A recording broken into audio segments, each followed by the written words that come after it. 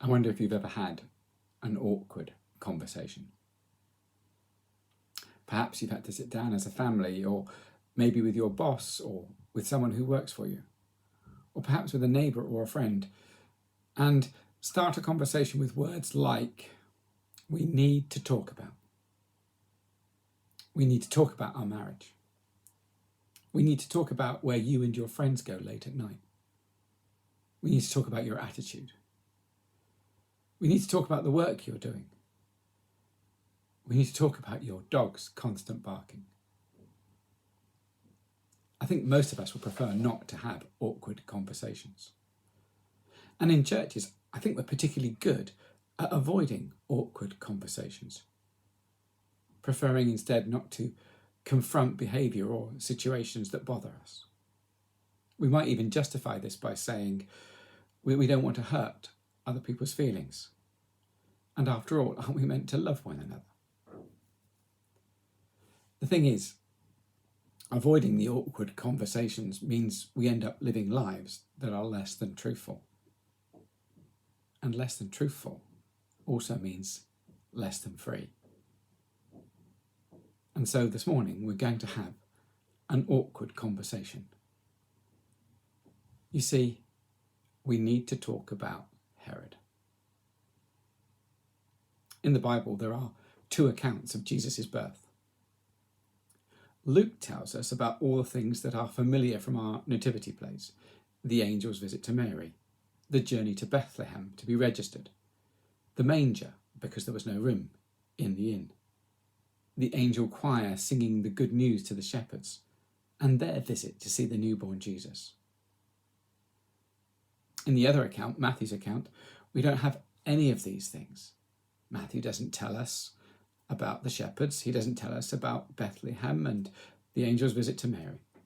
He does tell us about the Magi, these strange visitors who followed a star, bringing gifts of gold and frankincense and myrrh. But mostly, he tells us about Herod. In fact, I would go as far as to say that Herod is the major character in Matthew's nativity story. One way to see this is by framing Matthew's story using the 4 dreams that play a key part in chapter 2 of his Gospel. The first dream comes after the Magi have given their gifts to the infant Jesus. Matthew writes, "Later they were warned in a dream not to return to Herod, and they went back home by another road." This is the first hint that Herod was plotting to do something drastic to try and eliminate any threat to his rule. Earlier in the chapter, Matthew had told us that the Magi had been to Jerusalem looking for Jesus, the one born King of the Jews, they said, and that their arrival and their words had disturbed Herod and all the city with him. Consultations that had followed with the chief priests and the teachers of the law had revealed that Bethlehem was the most likely place that they would find this child.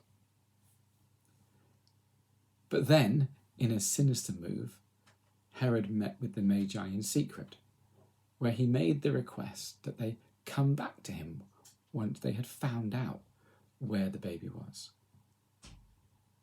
And so the dream in verse 12 and the warning to the Magi makes it very clear that his alleged reason, "I want to go and worship him too," was nothing more than a ruse. Jesus' life was at risk. Herod would brook no rival. The Magi, we're told by Matthew, took another road home. But that did not completely head off the threat. And indeed, a second dream makes it clear that for Jesus to survive, Joseph would have to get him and Mary as far away from Herod as possible. So in verse 13 we read, "After the Magi had gone, an angel from the Lord appeared to Joseph in a dream and said, 'Get up, hurry, and take the child with his mother to Egypt. Stay there until I tell you to return, because Herod is looking for the child.' and wants to kill him. Joseph did just that, and his family found refuge in Egypt. They became refugees, seeking asylum, finding safety in a foreign land. I wonder how much it challenges our views of and our response to those who come here as refugees, those who come to the UK seeking asylum. I wonder how much it challenges our views and responses to remember that Joseph, Mary and Jesus took that way before them. I wonder if we might have the grace to recognise Jesus' presence in the presence of refugees and asylum seekers today. Whatever you do for the least of these, he said, you do for me. So Joseph and his family found refuge in Egypt. But back in Israel, the darkness deepened as Herod, angered by the Magi's failure to return, ordered the murder of all the baby boys living in the vicinity of Bethlehem. I doubt many of us are surprised that this bit gets edited out of the story when we tell it to the children. But I wonder if we do all those who died and all who have died in similar circumstances throughout history. I wonder if we do them an injustice if we try to bypass this part of the story completely. In the third dream, Joseph was told, "Get up and take the child and his mother back to Israel. The people who wanted to kill him are now dead." Herod lived barely 2 years after Jesus was born. His fears proved unfounded, well, for him at least, but his brutal response had left a mark on all those families bereaved by his efforts to get rid of Jesus. Joseph's journey home with Mary and Jesus was interrupted by a fourth dream, which confirms that while Herod was dead, the threat to Jesus had not completely gone away. Matthew writes, "Joseph got up and left with them for Israel, but when he heard that Herod's son Archelaus was now ruler of Judea, he was afraid to go there. Then in a dream, he was told to go to Galilee, and they went there to live in the town of Nazareth." The 4 dreams in this chapter make it clear that the birth of Jesus, announced as good news for all people by the angels, was also a threat to the present world order. 3 of the dreams were warnings, 1 to the Magi, 2 to Joseph, about the danger that came from Herod and from his son. The other dream, saying that it was safe to return, although not a warning, highlighted that danger in a different way. Why is this important? How does it help us to understand Jesus and ourselves better? Well, to answer these questions, we have to look beyond Herod to see what he represents. You see, in Matthew's narrative, Herod is a symbol for all the evil in the world that resists God's ways.